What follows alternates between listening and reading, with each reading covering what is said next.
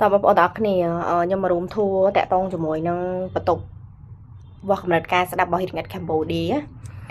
នៅទីនេះយើងមានម៉ាស៊ីនពីរប្រភេទទៀតដែលមួយសម្រាប់តេស្តគុណក្មេងហើយនិងមួយទៀតសម្រាប់តេស្តតិចកដា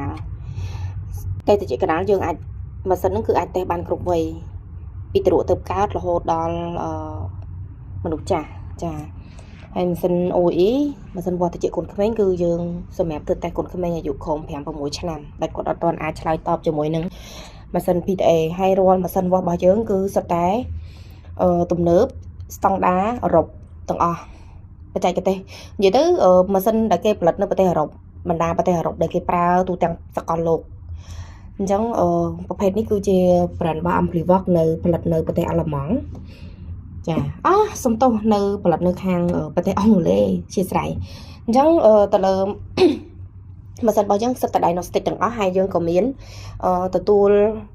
ការកម្មងឬការបញ្ជាទិញទៅលើម៉ាស៊ីនវាស់កម្រិតការស្ដាប់គ្រប់កម្រិតគ្រប់វ័យទៅកាន់ clinic ឬក៏បណ្ដាដៃគូ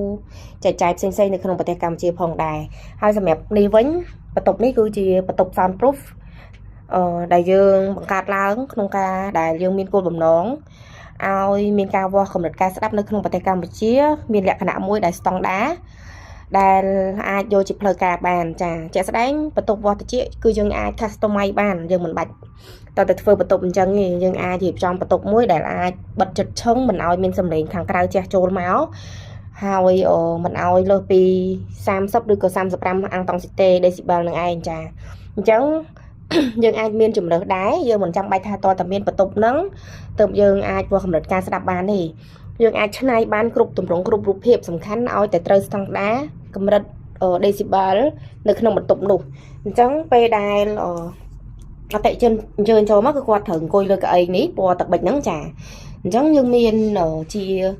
air conduction ចាយើងមាន headphone នេះជាការវាស់បញ្ជូនខ្យល់ចាប្រភេទខ្យល់យើងមានច្រើនប្រេកង់ហើយបន្ទាប់មកយើងមានbone conduction គឺយើងវាស់ទៅលើឆ្អឹងត្រចៀករបស់គាត់រំញ័រទៅលើឆ្អឹងត្រចៀករបស់គាត់អញ្ចឹងដោយសារត្រចៀករបស់យើងមិនមែនគ្រាន់តែការស្ដាប់មិនមែនឮពីរោទត្រចៀកទេក៏អាចឮពីឆ្អឹងក្បាលដែរចាអញ្ចឹងយើងមានការវាស់មើលទៅលើរំយោចទៅលើឆ្អឹងយើងប្រើ bone conduction ហើយនេះគឺជាប៊ូតុងឆ្លើយតបនៅពេលដែល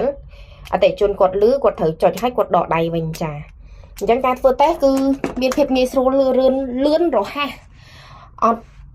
មានត្រូវរងចាំយូរទេការវាស់ត្រចៀកគឺបើសិនជារលូនជាទូទៅតែ5ទៅ10នាទីទេគឺរួចរាល់ហើយចា